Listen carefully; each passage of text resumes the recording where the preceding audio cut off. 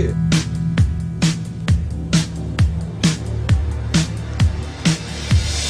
Up all night. Staying up all night.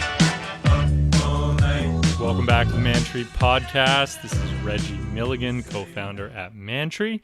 This podcast is all about helping you cook better. The idea is to give you some quick, digestible tips that you can listen to when you're on the go, whether that's commuting or cleaning the house or doing errands. And by the time you get back in the kitchen, you've picked up a couple tidbits that'll help you cook better. So today we got a fun topic. We've thrown plenty of dinner parties, so we're going to cover 5 tips for stress-free dinner party ambience.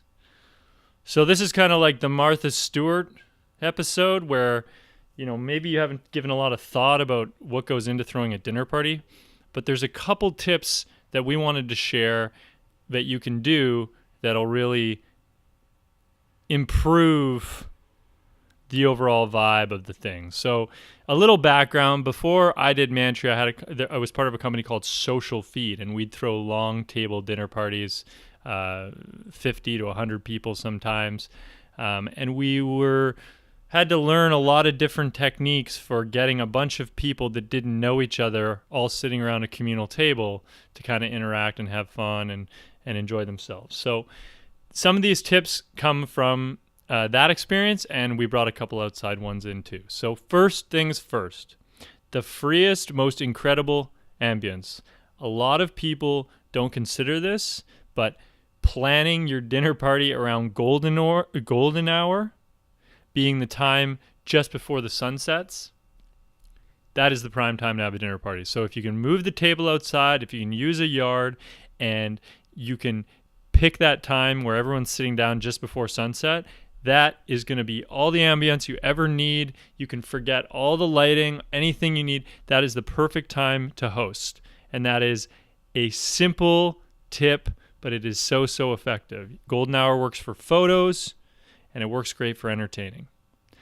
A quick tip too is you can simply Google what time is sunset wherever you live, and you'll know exactly when you kind of want people sitting around the table.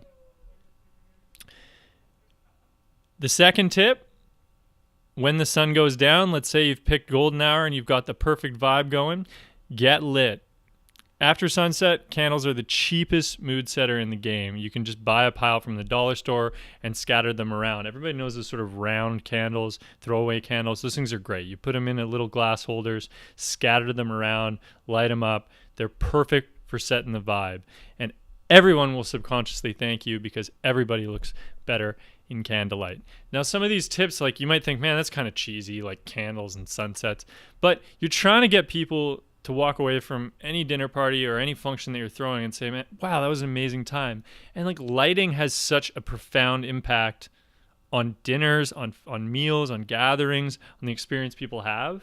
And it's really, really, really easy to get right with a couple candles and utilizing sunsets. So don't sort of just throw it away thinking it's lame.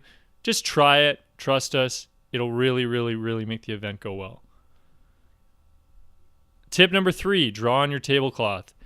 Go to the butcher. Forget about napkin tablecloth, cleaning, all that stuff. Forget about it. Go to your butcher. Ask for a couple big sheets of industrial butcher paper.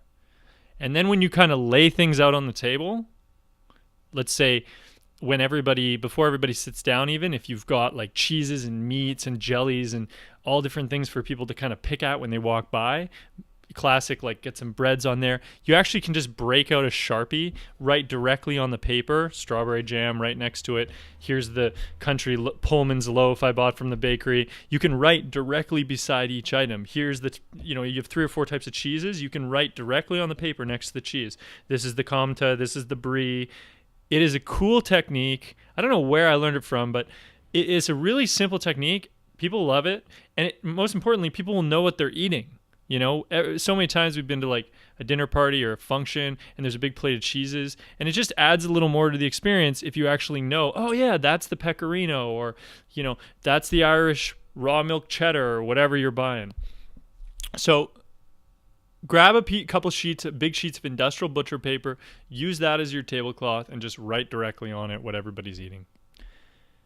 The fourth tip, consider a boil. If there's one thing that I can guarantee you about any dinner party, if you do a big boil of seafood, hey, that could be clams, that could be lobsters, that could be crawfish.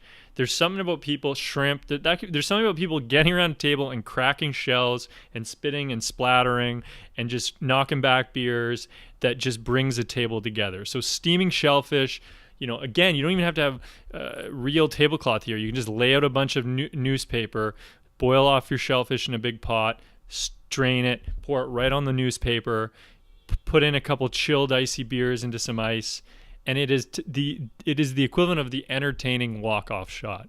Again, clam bakes, crawfish boils, oyster roasts, lobster steams, shrimp boils. Very, very simple.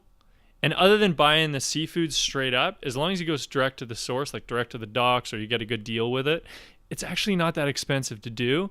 And it is such a fun event to have everybody cracking into crab, prawns, whatever. So consider the boil for your next dinner party. And 5, simple tip here, often overlooked, bug off is the name of this one. Nothing will kill the vibe like a couple mosquitoes buzzing the table. Do not overlook the simple precautionary measure of getting a mosquito coil, timeless classic, or mosquito candles. Go on Amazon, buy them. They're dirt cheap, and they will literally make sure that there's no mosquitoes buzzing the table, there's no flies. People will forget all about all the delicious food you made and how much fun they're having if they're getting bombarded with a couple skeets or a couple flies. So just take the right precautions to debug your dining area, especially obviously being outside at sunset. Take the time to sort of prepare that, get rid of the bugs, and be done with it. So those are the 5 tips. We jumped around a bit, but they are all very, very simple, actionable, and they'll take your party to the next level. So number 1 being the freest, most incredible ambiance ever, golden hour. Use that. Google what time sunset. Plan your party around that time. When the sun goes down, layer out a couple candles. Candles are a great mood setter.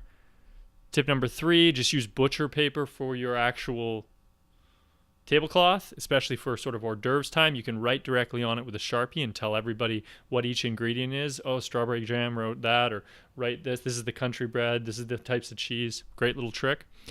Number 4, consider a boil. Seafood boils bring the table together. They're fun.